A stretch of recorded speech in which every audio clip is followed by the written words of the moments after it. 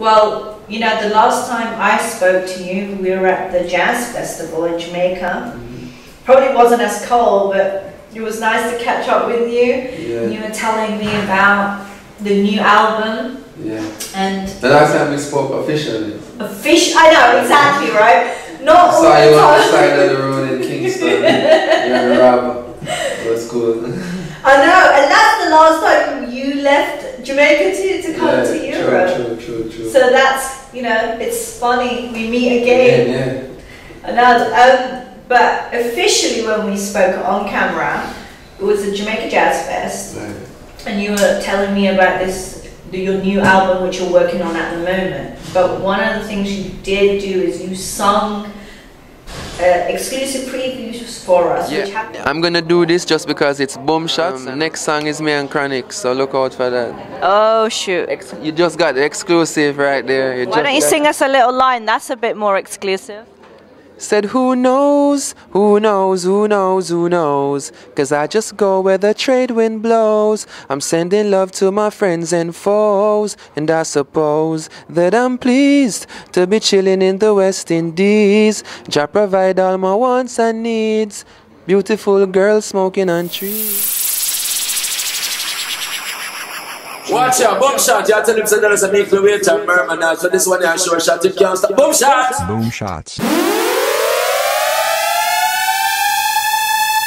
Which happens to now be, who knows? Yeah. From then to now, Yeah. so much has happened, but that particular song is massive. Yeah man, that's the only song I've put out for the whole year. And it's doing really good right now. We're trying to put some more strength behind it and not like rush more music out. And it's going good. It just got A-listed and one extra here. We're trying to keep it pushing and see how far we can make this go. And, you know, when you were telling me about it, you were saying, oh, it's gonna, you know, it's always hard to tell someone about it before they hear it. Yeah. And you really anticipated it to be quite a big deal. Did you think it was gonna be as much of a big deal? Yeah, I still think it has more to do. I mean, I give thanks to where it reached, but when I heard this instrumental 2 years ago, even before my second album came out, I told you that this is the first single for my third album. I just knew it would have this epic feel to it. And then doing it with Chronixx too, and the energy that we have together, and the way just we vibe on music, I knew it was going to be special. And I still feel like there's way more it can go. I mean, let's talk about Chronixx. I mean, I was at you know, I saw you guys performing at Brixton, of course. I mean, the crowd went crazy when he started singing the song, and then suddenly you appeared. And, you know, the crowd was hype at that point. Yeah, it was crazy. I was shocked. I didn't know that.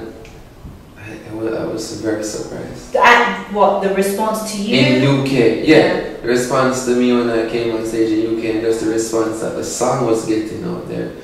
I mean, you know, Chronixx has been here 1 or 2 times, so I wasn't really surprised that they were into him. I know that the temperature for him is real hot here right now.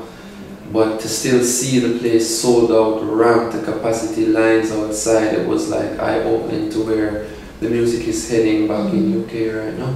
And to be a part of it, it was just an honor for me. I mean, did you stay and watch the whole Chronixx set?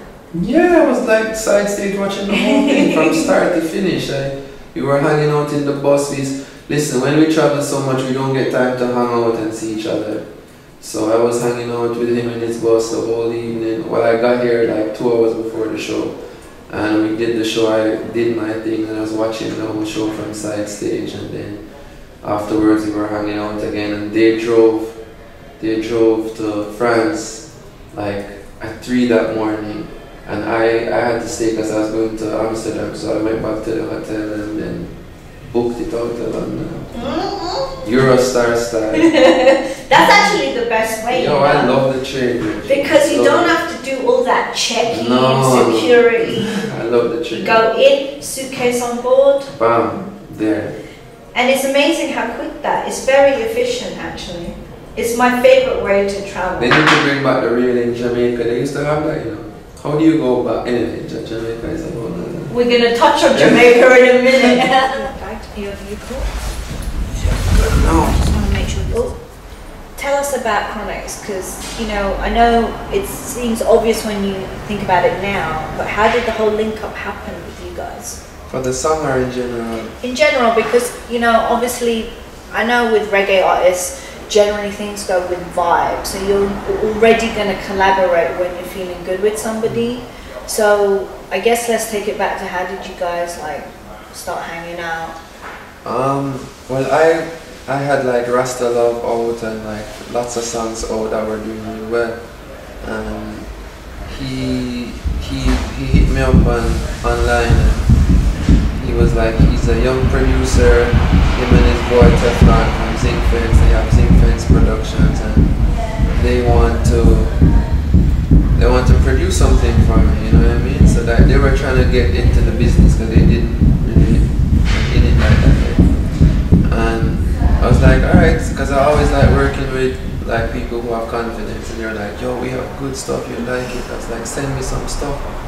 They sent me about 4 instrumentals, and I liked them, but I had just finished my first album, 7 which was just out, so I didn't really want to be recorded, so I didn't want to waste them. So I was doing Kabaka's EP, Rebel Music, and I was like, you know, there's an artist that I'm working with that I think would make good use of these beats, and let me introduce it to him. So I basically invited Chronixx over my house. It was Kabaka's birthday.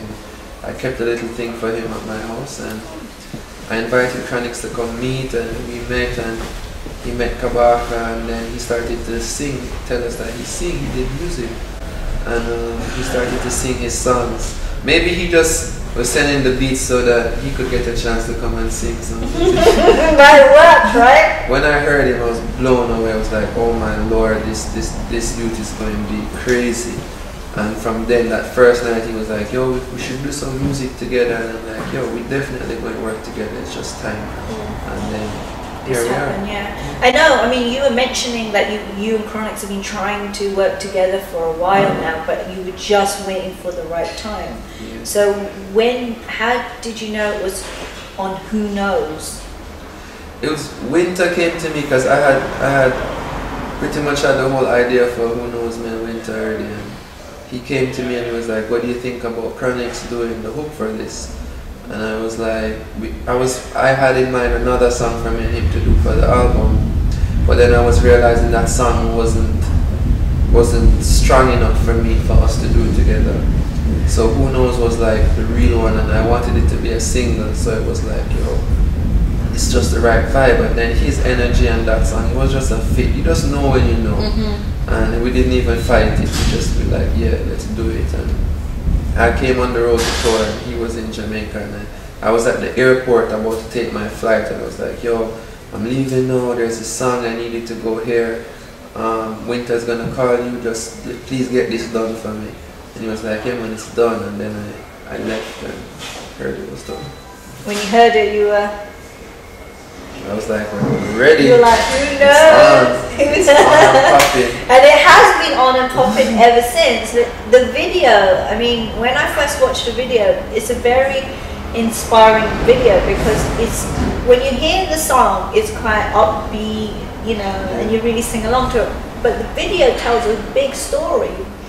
You know, the whole thing is you guys are getting in a car, breaking down, then you go into a boat, and you know, eventually you get where you are. But what's the concept behind that? It's just a metaphor for life, that, you know, some things you think are important, you know, can fail you, and it's like, what you're gonna do? You're gonna give up, or you're gonna keep moving. It's just a big metaphor for that. And you start off in the big Benz, and which is a symbol of success, you know, and then so even that can break down and can leave you on the side of the road, and you see that it's not important necessarily, you know, all of that material stuff is not it's not important, because it's good to work for material success, like spiritual success in accordance, you know. It doesn't have to be one or the other, but just to keep your spirits up. You can see the whole video, we're smiling even when we're off the police stops us and then we jump on a boat. It's like by any means necessary and to keep the spirit positive. And the lyrics of the song say that, and I think display that, and the video we just wanted to do the same.